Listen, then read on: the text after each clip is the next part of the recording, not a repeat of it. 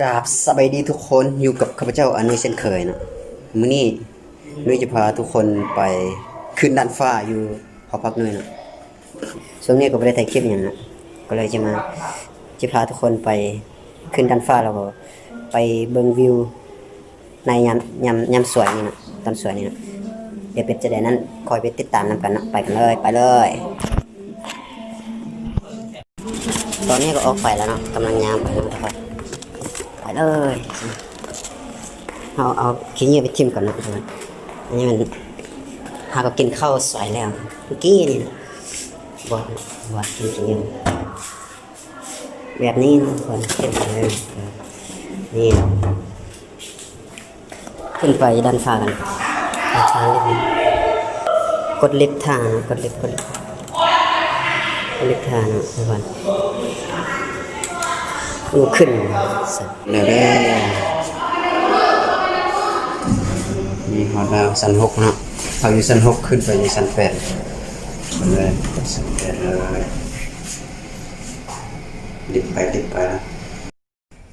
ในขณะนี้เขาก็อยู่ในลิฟต์เนาะทุกคนมาพักแล้วพักชั้น8แล้วไปกันเลยขึ้นไปกันเลยนี่เนาะทุกคนชั้น8ถึงต่ำขึ้นไปเลยไปกันเลยเนาะตอนนี้เราก็มาพอดอยู่ที่ประตูด้านฟ้าไปเดียบห้อยนะโอ้โห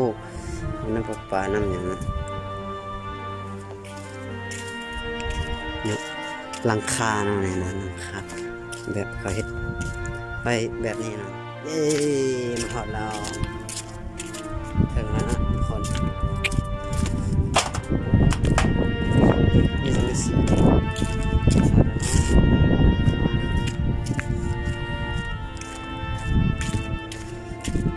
เป้าหมายที่จะพาทุกคนมาชมวิวนะสำหรับหอพักในตึกนี้ก็เป็นตึกที่ว่าคนเวียดเขาอยู่นะอันนี้ก็เป็น8 ชั้นคือกันกับตึกที่นุ้ยอยู่เนาะที่นุ้ยพักอยู่นี่นะเรียบไปเนาะ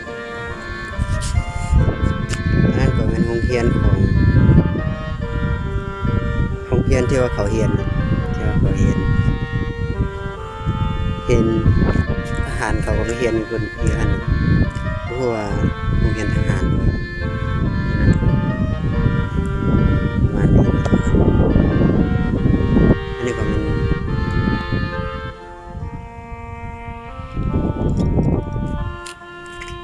เบื้องลงไปว่าคนมันจะเสียวมาก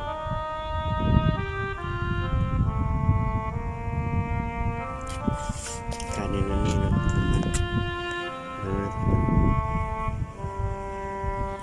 มันหอมนะมันเรียบเพียงไปหมดเลยสุด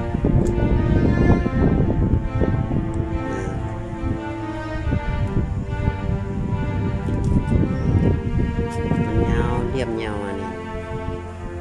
เรียบนะแต่อยู่แถวนี้มันค่อนข้างว่าที่ว่าบ่มีหลายเขื่อนหรือว่าอังคารอะไรอันนี้ก็แม่สนามกีฬาเนาะสนามกีฬาของมหาวิทยาลัยไฮฟองสนามกีฬาของมหาวิทยาลัยไฮฟอง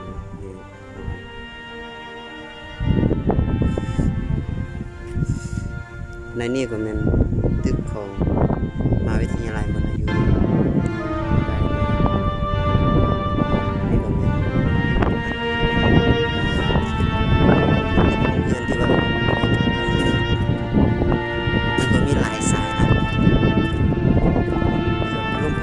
ฑลตอนนี้ก็ฟิวเย็นดีเนาะนี่ด้านฟ้า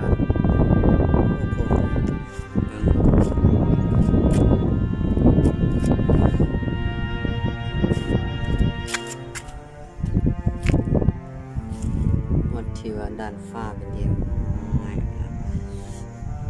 ให้ทุกคนได้ชมวิวนำกันเนาะ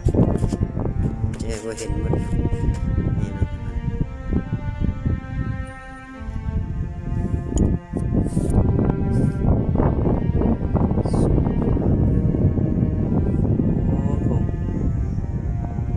มีลมเนาะลมเย็นดีเนาะ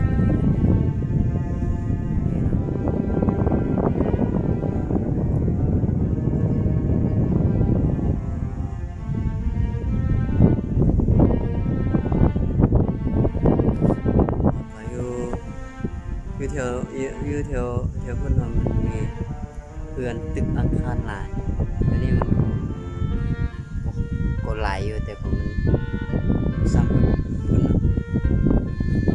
อยู่พุ่นมันสุดสายตาอันนั้นเนาะยังบ่เห็นหมดเลยพุ่นถือว่ามัน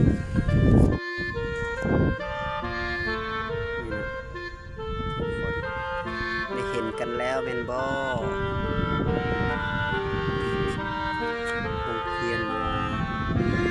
ตึกต่างๆอันนี้มันตึกที่ว่าก่อสร้างนะสร้างแล้วแต่ยังไม่ได้เปิดใช้งานที่นั่น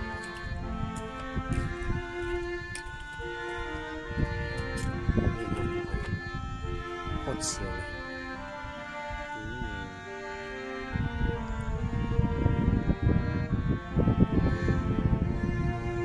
8 ชั้นนะอันนั้นก็คือประมาณ8 ชั้นประมาณนั้นไปกัน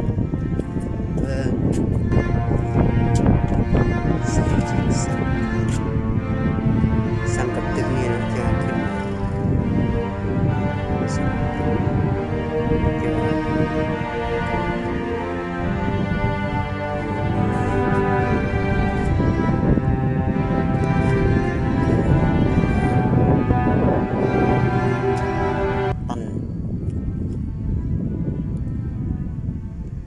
อย่างนี้นะช่วงนี้ก็เป็นช่วงที่ว่าคนเวียดเขากับทยอยกำลังมาเพราะว่าเขากำลังจะเปิดใกล้จะเปิดเทอมใหม่แล้วคนเวียดเขาเดี๋ยวไปเบิ่งอีกด้านหนึ่งของนี่เนาะของด้านฟ้านี่เนาะไปพุ่นเนาะด้านพุ่นเนาะพุ่นเอาอย่างไปเบิ่งด้านย่างไปเลยนี่เป็นน้ำประปาครับมันบ่มีเพื่อนเลยทางนี้มีแต่น้องปลาน้องหยังเนาะนี่บ่แม่นคุณเห็นเยอะบ่เงินคือว่า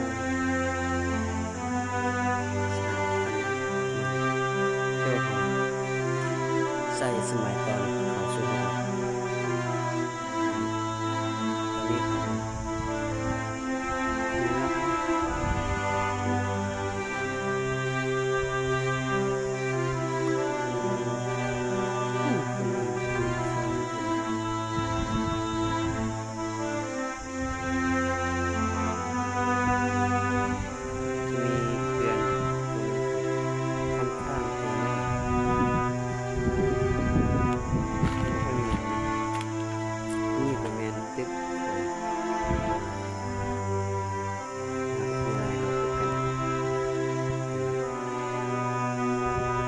นี่ก็บ่ได้ใช้งานจากทางลักษณะของตึกก็มันจะคล้ายคือหมดเนาะมันจะคล้ายคือกันกับตึกนี้นะตึกที่เอาขึ้นมาอยู่ในปัจจุบันนี่ในขณะนี้ก็มันจะคล้ายคือกับตึกที่เราเห็นวันนี้เลยนะ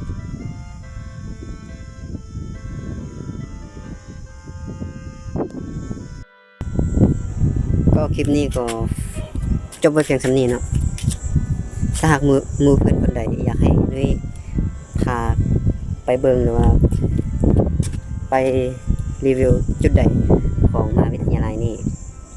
ก็คอมเมนต์อยู่ใต้คลิปได้เลยนะ